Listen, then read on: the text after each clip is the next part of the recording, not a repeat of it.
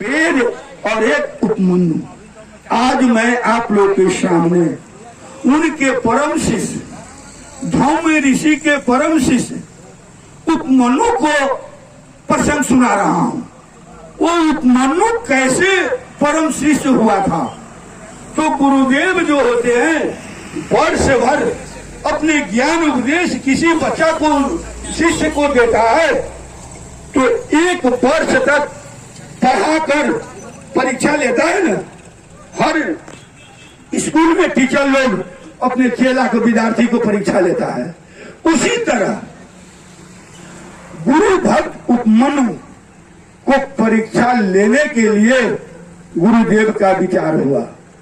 तो गुरुदेव उपमन्यु को गाय चराने का कार्य दिया था। तो गुरुदेव के आज्ञा के अनुसार उपमन्यु गाय लेकर जंगल में जाकर चराता था और शाम को गाय चराकर फिर अपना आश्रम में ले आता था। तो गुरुदेव एक दिन उपमन्यु से पूछ डाले, ये उपमन्यु, मैं तुमको कुछ खाने को तो नहीं देता हूँ, लेकिन तुम बड़ा हष्ट पुष्ट हो, तो क्या खाते हो। तो उपमन्यु कहते हैं कि हे गुरुदेव, आप तो खाने के लिए कुछ नहीं देते हैं और मैं हष्ट पुष्ट जो हूँ मैं भिक्षा मांगकर अपना जीवन निर्वाह करता हूँ।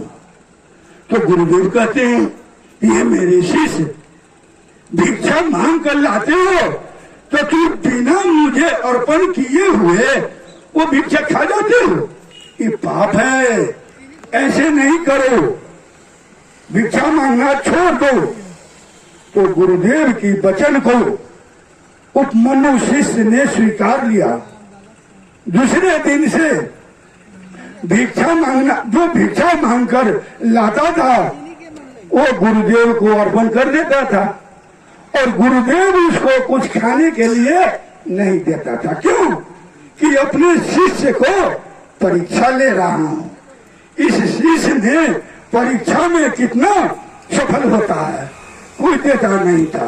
तो फिर 2-4-10 दिन के बाद गुरुदेव फिर पूछते हैं, हे उपमन्यु, तो भिक्षा मांग कर ले आते हो तो सारी भिक्षा मुझे अर्पण कर देते हो, मैं तुमको खाने को नहीं देता हूँ, तो भी तू हष्टपुष्ट हो और तू क्या खाते हो।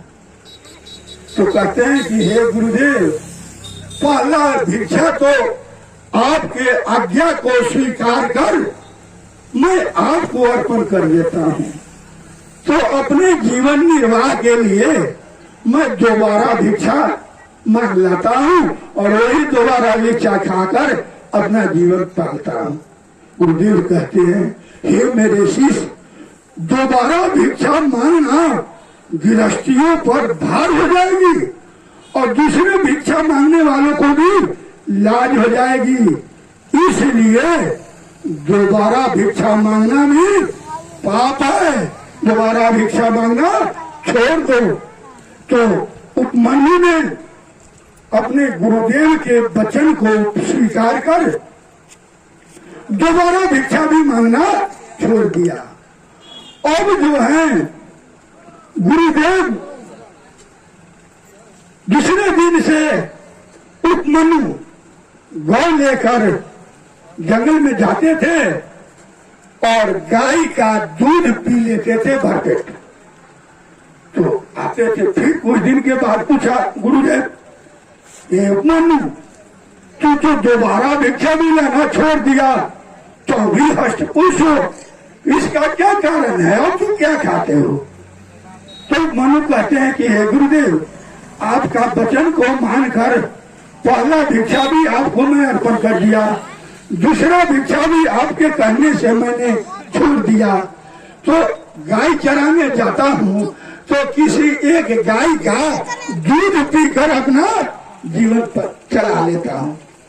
तब गुरुदेव कहते हैं, ये मेरे शिष्य, ये तो और पाप करते हो, हमसे बिना पूछे हुए गाय का दूध पी लेना, ये तू अनर्थ कर रहा है, इसको भी त्याग दो।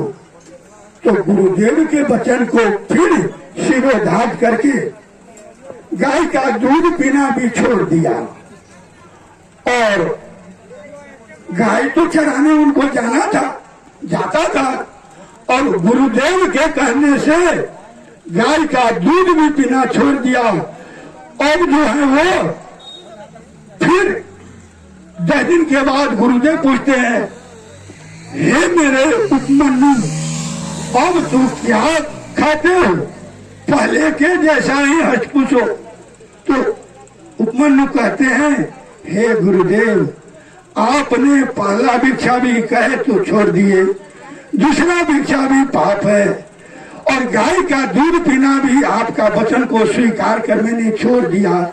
अब मैं गाय के बछड़ा से जो फेन निकलता है ना, जो गाय के बछड़ा दूध पीता है और वो अपना मुंह से जो फेन निकलता है, उस फेन को पीकर मैं अपना जीवन चलाता हूँ। अब जो है गुरुदेव कहते हैं, ये उपमन्यु, अब तो तू और गलती कर रहा है। तेरे दया के कारण जो बछड़ू दूध पिया होगा, उसमें दया के कारण जितना दूध पिया होगा उसमें में फेन निकाल देता होगा तुमके लिए। तो गाय बछड़ा तो भूखे रह गया, इसलिए बछड़ा का दूध पीना भी छोड़ दो। यदि तुम मेरा शिष्य हो, मैं तेरा गुरु हूँ, मेरे पर यदि निष्ठा विश्वास प्रेम यदि है तो बछड़ा का भी फेन पीना छोड़ दो। गुरु के वचन को स्वीकार कर। अब वो उपवास रहने लगा, भूखे उपवास रहकर गाय चराता था और गाय के चराकर फिर आश्रम में लाता था और उपवास